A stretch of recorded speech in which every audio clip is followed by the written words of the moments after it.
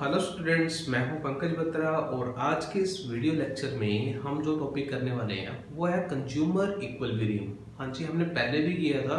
पहले जो किया था वन कमोडिटी केस को लेकर या टू कमोडिटी केस को किया था।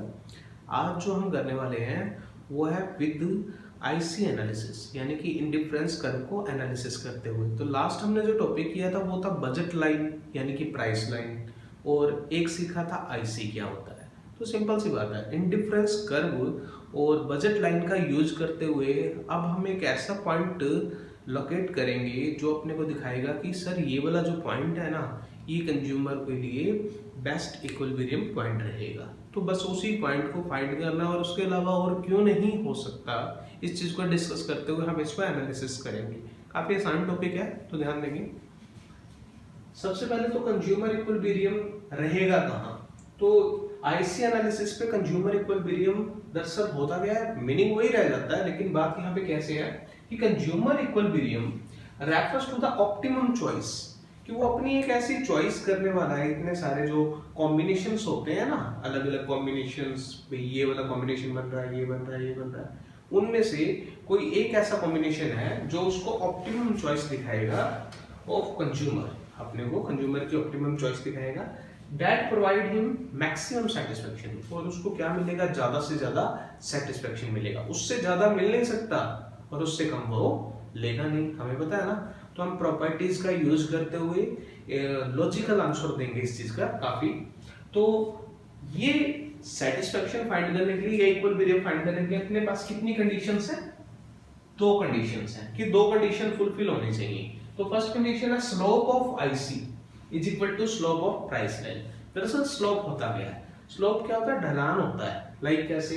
लाइक मैंने आप लोगों को पहले भी स्लोप बताया है, तो ये कोई प्रैक्टिकल टॉपिक नहीं है। अगर हम इसको आज डायग्रामेटिक करेंगे तो आप इसको आसानी से समझ पाओगे, ठीक है। तो स्लोप हमें निकालने के लिए मैंने बताया था कि सर स्लोप निकालने के लिए हमारा एमओसी वाला ही फॉर्मूला कहीं ना कहीं काम करता है, लेकिन जब आईसी यानी कि इंडिफरेंस कर्व पे स्लोप निकाला जाता है तब उसे हम मार्जिनल रेट ऑफ सब्स्टिट्यूशन भी कह देते हैं ना। तो एमओसी की जगह मैं जो वर्ड यूज करता हूं आईसी पर, वो क्या चलता है? एमआरएस चलता है। तो हमें पता है दो ही गुड की चॉइस हो रही होती है, एक्स और वाई की। तो मैंने दोनों गुड के लिए सिंबल लगा दिया एक्स एंड वाई, क्लियर। और स्लोप ऑफ प्राइस लाइन, तो स्लोप ऑफ प्राइस लाइन मैंने सिखाया था, तो हमने जब इसे प्राइस लाइन में लिखा था तो हमने सीधा लिखा था कि px बाई py। सिंपल सी बात है, जब हमने बजट लाइन बनाई तो यहाँ से हम एक गुड को सैक्रिफाइस कर रहे हैं, वहां से गेन कर रहे हैं। तो मैंने कहा था ना, इनका जो सैक्रिफाइस और गेनिंग रेशियो है वो कहीं ना कहीं प्राइस रेशियो शो करता है। तो px बाई py, क्लियर। यानी कि जब भी स्लोप निकले तो अपने को गुड्स के प्राइस दिखाई देने चाहिए। जब भी अपन स्लोप काउंट करेंगे तो वो 3/1 2/1 ऐसे अलग अलग आता है ना, तो अपने को जो भी स्लोप दिखाई देगा उसमें अपने को प्राइस रेशियो दिखाई देगा, क्लियर। इतनी सी बात है और कुछ भी नहीं। आगे IC is convex to the point of equilibrium. जो आईसी है वो कन्वेक्स है at the point of equilibrium. जो भी आईसी है, आईसी कैसा होता है? कन्वेक्स होता है ना। तो सिंपल सी बात है, वो इक्विलिब्रियम के पॉइंट पर अपने को कन्वेक्स मिलेगा, कनकेव नहीं मिलेगा, है ना। सिंपल सी बात। तो हमने जो टॉपिक सीखा था, आज हम क्या करते हैं, दोनों टॉपिक को आपस में मर्ज कर लेते हैं और ये वाला टॉपिक हमें समझ आ जाएगा। तो ये देखो, मैंने आपको एक टॉपिक सिखाया था, ये क्या थी आपकी डिमांड करनी, प्राइस लाइन। कौन सी लाइन सिखाई थी? प्राइस लाइन, जिसको अपन ने बजट लाइन भी कहा था कि 100 रुपए का बजट है तो उसके बजट में अलग अलग एस्टिमेशन लेते हुए हमने गुड्स के कॉम्बिनेशन बनाए थे।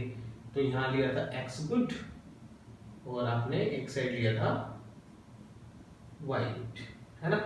तो हमने ये जो प्राइस लाइन बनाई थी ना, प्राइस लाइन, और एक और सिखाया था साथ में टॉपिक। लास्ट लेक्चर्स में ये दोनों टॉपिक करवाए गए हैं, तो आपने लास्ट लेक्चर्स जरूर देख लेने हैं। एक सिखाया था आईसी यानी कि इंडिफरेंस कर्व। बात ये भी है, ये बजट के अकॉर्डिंग बनाया था और ये हमने इसका कुछ चॉइस के कॉम्बिनेशन लिए थे जो इसको इक्वल सेटिस्फेक्शन प्रोवाइड करते हैं। लाइक ऐसे यहाँ भी इक्वल सेटिस्फेक्शन होगा, यहाँ भी और यहाँ भी। अब सिंपल सी बात है, इतने सारे कॉम्बिनेशंस में यहाँ एक्स गुड, यहाँ वाई गुड लिख दिया। तो बात ये है कि सर ये तो प्राइस लाइन है, प्राइस लाइन में तो हर चीज उसके बजट में है, क्लियर। लेकिन आईसी के ऊपर जितने भी पॉइंट हैं वो सेटिस्फेक्शन तो प्रोवाइड करते हैं कैसे? इक्वल, क्योंकि मैंने आईसी की डेफिनेशन क्या बताई थी कि आईसी के ऊपर जितने भी पॉइंट आते हैं वो क्या प्रोवाइड करते हैं, equal satisfaction to the consumer. इन पॉइंट्स में से कौन सा पॉइंट ऐसा है जहां जो उसकी ऑप्टिमम चॉइस को दिखाएगा, किसको दिखाएगा, ऑप्टिमम चॉइस को। तो सारे तो नहीं हो सकते ना, एक ही आएगा जहां पर अपने को ये लगे कि ये वाला कॉम्बिनेशन ले लेना चाहिए, है ना। तो मैं इन दोनों टॉपिक को इकट्ठा कर देता हूँ, क्या कर देता हूँ, एक साथ। तो मैंने जैसे ही एक साथ किया तो मेरे को ये पता चला कि सर यहाँ आप वही ले रहे हो एक्स गुड और यहाँ आप क्या ले रहे हो वाई गुड, और ये आपने बना दी मान लो प्राइस लाइन। तो हम सीधा अज्यूम कर सकते हैं बिना नंबर्स के, कोई प्रॉब्लम नहीं है, बिना नंबर्स के टॉपिक हो जाता है, क्लियर। ये मान लो ये आपकी है प्राइस लाइन। तो प्राइस लाइन पे भी अलग अलग कॉम्बिनेशन जितने मर्जी उठा लो, है ना, सभी इसके बजट में ही आ रहे हैं, बजट में आने वाले हैं। तो मान लो ये प्राइस लाइन बनी हुई है, तो यहाँ पर मान लो ये आईसी है। तो मैंने ना आप लोगों को आईसी सिखाने के लिए, जैसे कि जब भी आईसी लगेगी, मान लो ये आईसी है और ये यहाँ से इसको टच करके जा रही है, क्लियर। और आईसी के ऊपर ये भी तो पॉइंट है, ये भी तो है ना। तो आईसी के ऊपर ढेर सारे पॉइंट होते हैं, हमें पता है, ये कॉम्बिनेशन हो सकता है, ये भी हो सकता है। इसी तरह प्राइस लाइन पे भी काफी कॉम्बिनेशन हो सकते हैं, बताइए। अब सोचो, ये मैंने ले ली मान लो आईसी 1, और आप लोगों को और अच्छा एनालिसिस करने के लिए हम थोड़ा सा बुक से टॉपिक अलग करते हैं। हम यहाँ क्या करते हैं, एक और ले लेते हैं आईसी 2, एक ले ली मैंने आईसी 2, और एक और समझाने के लिए एक और ले रहा हूँ आईसी 3, क्लियर। तो मैंने आपके सामने 3 आईसी ले लिए। तो सिंपल सी बात है, ये दोनों कंडीशन इक्वल वेरियम को स्टेट करेंगे कि ये दोनों कंडीशन फुलफिल हो जाए तभी इक्वल वेरियम मानना है, अदरवाइज नहीं मानना, ठीक है। तो हम अगर दूसरी कंडीशन को देखते हैं तो कन्वेक्स होनी चाहिए। तो सभी की सभी आईसी क्या है, कन्वेक्स है ना। तो दूसरी कंडीशन तो हर एक आईसी फुलफिल करते हुए दिख रही है, लेकिन फिर भी हम इसको डिस्कस करते हुए लिखेंगे कैसे, है ना, कि भाई सर आप ये दोनों कंडीशन फुलफिल कर रहे हो तो कौन सी आईसी भी कर रहे हो, है ना। तो सिंपल सी बात है, सबसे पहले बात करते हैं इस आईसी। तो अकॉर्डिंग टू दिस डायग्राम, अगर आप इस चीज को एक्सप्लेन कर रहे हैं तो इस चीज को एक्सप्लेन करते हुए क्या लिखेंगे, ये मैंने डायग्राम बनाया, ये दोनों कंडीशन पूरी कौन से पॉइंट पर हो रही है, ये हमने पॉइंट फाइंड करना है। मैं इन पॉइंट्स को नेम दे रहा हूं, मान लो ये पॉइंट ई है, ये पॉइंट ए है, ये पॉइंट बी है, क्लियर। वो आईसी वैसे ही आउट पड़ी है तो कहीं इंटरसेक्ट कर ही नहीं रही। तो आप लोगों ने क्या लिखना, मान लो अकॉर्डिंग टू गिवन डायग्राम, जो सा डायग्राम हमने बनाया है उसके अकॉर्डिंग क्या बनता है। सबसे पहले IC3 को डिस्कस करते हैं कि sir IC3 provides maximum satisfaction. आपको भी पता है IC3, मैंने आपको प्रॉपर्टी करवाई है ना IC की, तो वहां पर ये लिखा था कि higher IC provide higher satisfaction. Provide, देखो जब हमने इसकी प्रॉपर्टीज पढ़ी तो हमें पता है ना, मान लो 3 IC एक साथ आ गई तो 3 में से सबसे ज्यादा सेटिस्फेक्शन उस पे होगा ना जिस पे सबसे ज्यादा गुड हो। तो सिंपल सी बात है, मान लो ये वाला जो कॉम्बिनेशन बनता होगा इस पे तो सबसे ज्यादा गुड होगा ना, X भी ज्यादा होगा, Y भी ज्यादा होगा। इट मींस IC3 प्रोवाइड तो कर सकती है बहुत ज्यादा कॉम्बिनेशन गुड्स के, लेकिन इसके बजट में आती है क्या? इसकी बजट लाइन कौन सी है? ये वाली, जो सी हमने इसकी प्राइस लाइन बनाई है, दरअसल इसी प्राइस लाइन को बजट लाइन कहते हैं ना। तो ध्यान देना, जो ये लाइन है ये वाली, वो इसकी क्या है? Budget line, budget line, clear. अब ध्यान देना, इसकी बजट लाइन से बहुत दूर है वो चीज। क्या IC3 का कोई भी कॉम्बिनेशन ये गेन कर सकता है? जो चीज कर ही नहीं सकता गेन, वो तो आउट ऑफ बजट होगी ना। तो आपने क्या लिखना है? IC3 is out of budget. IC3 क्या है? आउट ऑफ बजट है। क्यों? क्योंकि ये प्राइस लाइन को इंटरसेक्ट क्या टच भी नहीं कर पा रही है ना, ठीक है। It never intersect with the price line या बजट लाइन को टच ही नहीं कर पा रही। It means it is out of budget. तो IC3 का तो बात ही खत्म हो जाती है कि सर IC3 कैसी है? आउट ऑफ बजट है। इट मींस हम उस चीज को ले ही नहीं सकते। फिर बात आती है कि सर IC2 की और IC1 की। मान लो अगर मैं बात करता हूं, ये तो होगी आउट ऑफ बजट। जो आउट ऑफ बजट है इसको मैं हटा ही देता हूं, ये मैंने हटा दिया ताकि हम इसको और भी ज्यादा क्लियर सीख सके। अब अपने पास क्या है?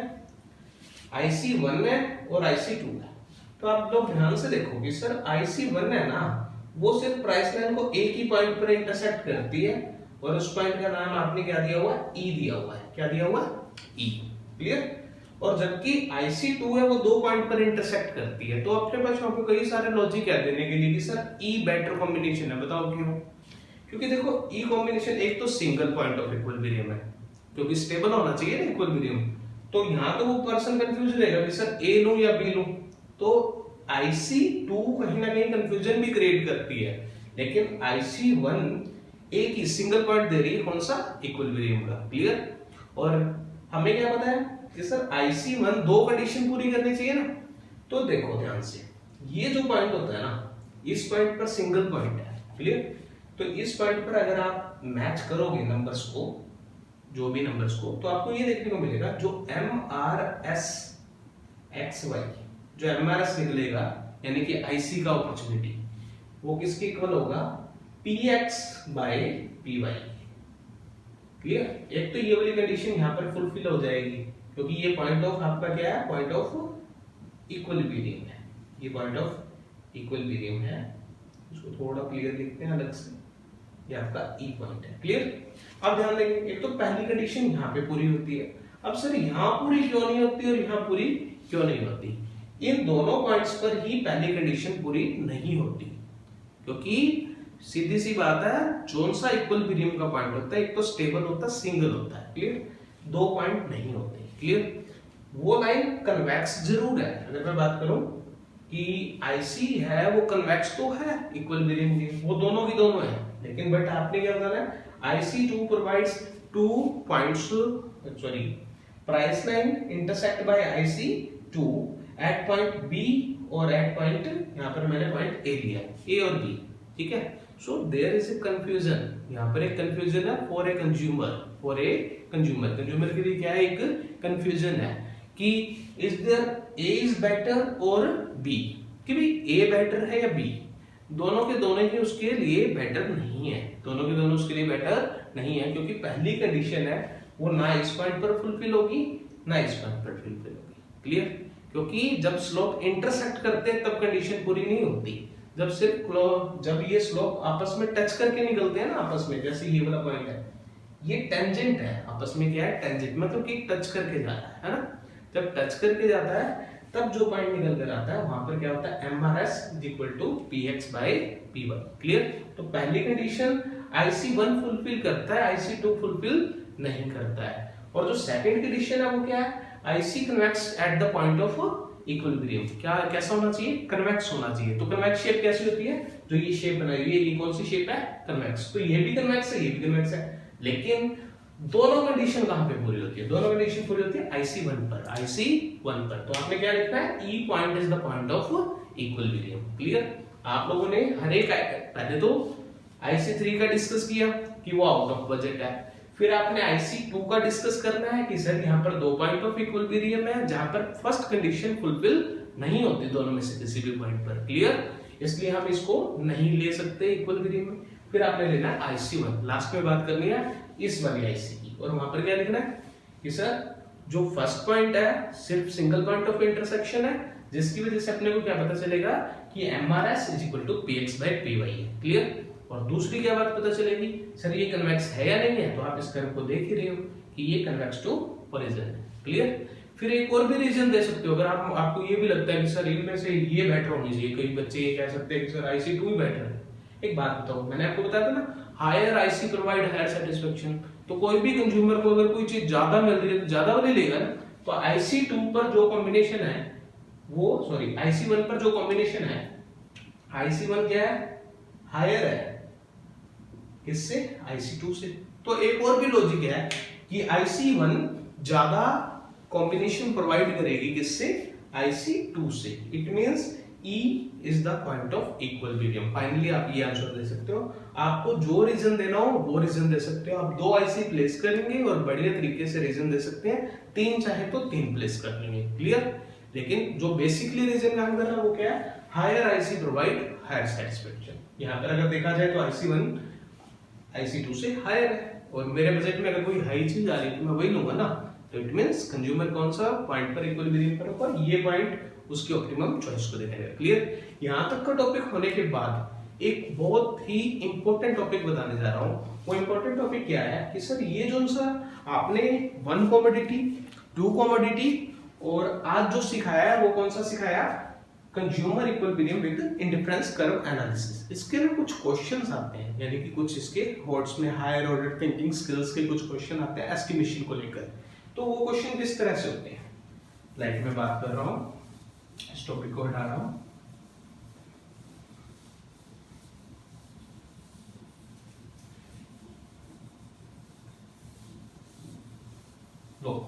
आज मैं आपसे 3 क्वेश्चंस की बात करूंगा और वो तीनों क्वेश्चन के बाद आप इस लेसन को बहुत अच्छी तरह से स्टडी कर पाएंगे, दोनों के दोनों लेसन्स को इक्विलिब्रियम की।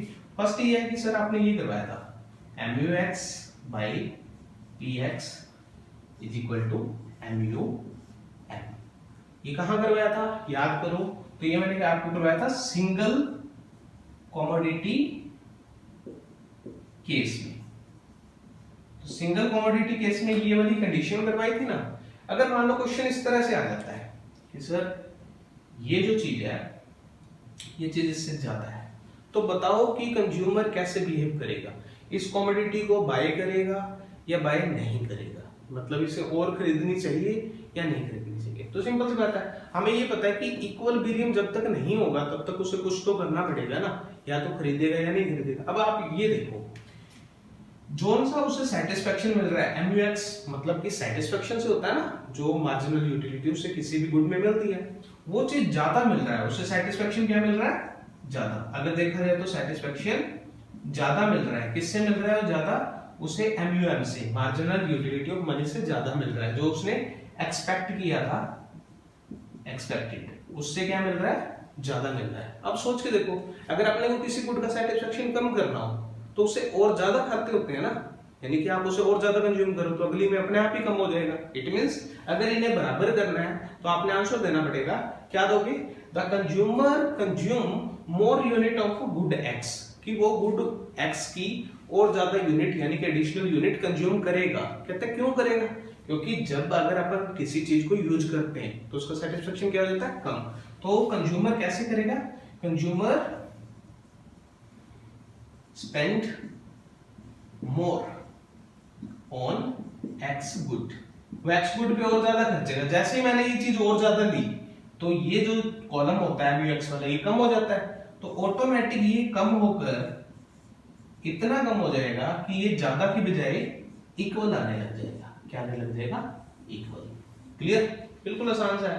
जहां जो चीज ज्यादा है ना, अगर मार्जिनल यूटिलिटी कहीं पे ज्यादा है, उस चीज को और ज्यादा खरीदो, ऑटोमेटिक कम हो जाती है। ऑटोमेटिक क्या हो जाती है? कम हो जाती है। ठीक है, तो ये मैंने आपको बताया सिंगल कमोडिटी का। लाइक अब इसके बाद मानो यही कंडीशन ये होती कि सर सिंगल नहीं है, इस बार क्या कितनी कमोडिटीज है? 2 कमोडिटीज है, तो आपके पास ऐसे दे रखा होता MUX by PX is more than MUY by PY। अब बताओ कंज्यूमर कैसे बिहेव करेगा? तो सिंपल सी बात है, यहाँ पर ज्यादा नहीं लेगा, यहाँ पर 2 कमोडिटी है ना, तो एक चीज को ज्यादा करना है और एक को कम करना है, तो सिंपल है, आंसर वही रहेगा। वैसा ही देखो कैसे, आपने इस चीज को कम करना है ना, तो जिस चीज को कम करना होता तो मैंने अभी भी क्या बताया, उस चीज को ज्यादा लेगा, उस चीज को ज्यादा लेगा। और ये चीज कम है, इसको मान लो ज्यादा करना है, तो इस चीज का अपन क्या करेंगे? इस चीज को कम लेंगे। तो कहने का मतलब क्या करेगा? कंज्यूमर के पास बजट तो लिमिटेड ही होता है ना, तो कंज्यूमर क्या करता है? अपने बजट को वाई गुड से शिफ्ट कर देगा, किस पे? X गुड पे। कंज्यूमर ने क्या किया? वाई गुड की परचेज छोड़कर वाई गुड को तो कर दिया सैक्रिफाइस, और कौन से वाला ले लिया? X। जैसे ही अपन X लेंगे तो क्या होगा? मैंने कहा था ना, वाई गुड को वाई गुड से शिफ्ट कर रहा है, कंज्यूमर क्या करेगा?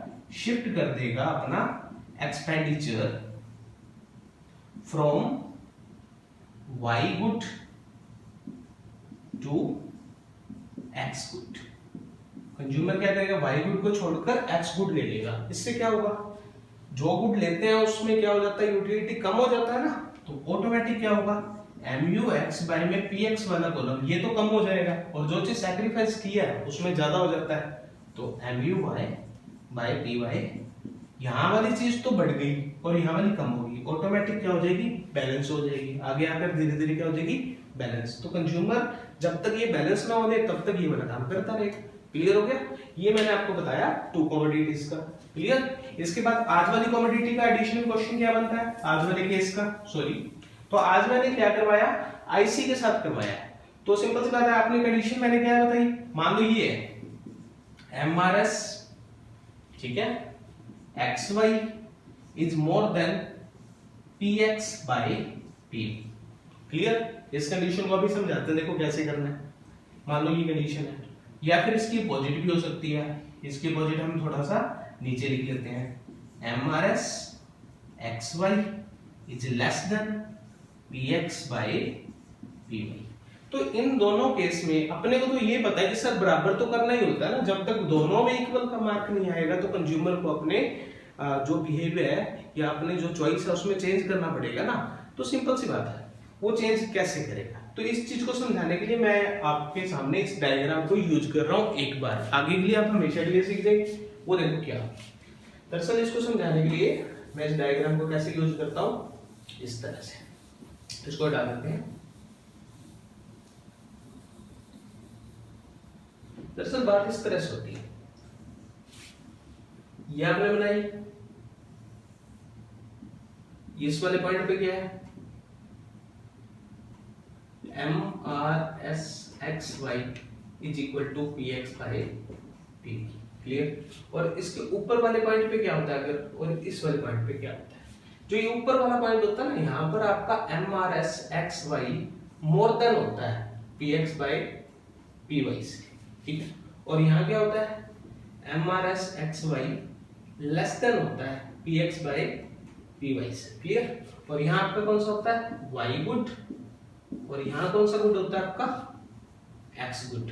अब सिंपल सी बात है, हमारे पास ये कंडीशन है, हमारे पास ये कंडीशन है, यानी कि ये वाली MRS मोर देन है किससे, PX बाय PY से, ये वाली कंडीशन है ना। अब उसे इस वाले पॉइंट से कहां आना है, नीचे आना पड़ेगा ना। मान लो उसे बराबर करना है तो वो वाला इस पॉइंट से कहां आना चाहता है, इस पॉइंट पे नीचे आना। जब भी आपको नीचे जाना पड़े तो y गुड से शिफ्ट किस पे करना पड़ेगा, x गुड पे। तो आपने यहां पर सीधा सा लिखना है कि कंज्यूमर क्या करेगा, अपना एक्सपेंडिचर, कंज्यूमर आप लिखोगे consumer shift his expenditure from y good to x good, from y good to x good. Clear हो गया? बिल्कुल आसान सा है, y से x पे जाएगा तो ये वाला पॉइंट नीचे आता है। क्लियर? सिंपल सी बात है। अब मान लो ये वाला पॉइंट दे रखा होता कि सर MRSXY लेस देन है, ये वाली कंडीशन, यानी कि MRSXY क्या है, लेस देन है PX बाय PY से। जब ये लेस देन होता तो पॉइंट नीचे होता ना, जब पॉइंट नीचे से ऊपर लेके जाना पड़े तो हम क्या करेंगे, अपना एक्सपेंडिचर इसका अपोजिट कर देंगे। इस बार y से, इस बार कंज्यूमर क्या करेगा, अपना एक्सपेंडिचर y गुड से किस ओर लाएगा, x गुड की ओर। किसकी ओर, x गुड की ओर। तो आप क्या लिखोगे, consumer shift his expenditure from y, sorry, x good, from x good to y good. Clear? तो यहाँ पर आपका ये जो लेसन है ये यहाँ पे कंप्लीट हो जाता है। क्लियर? तो थैंक यू।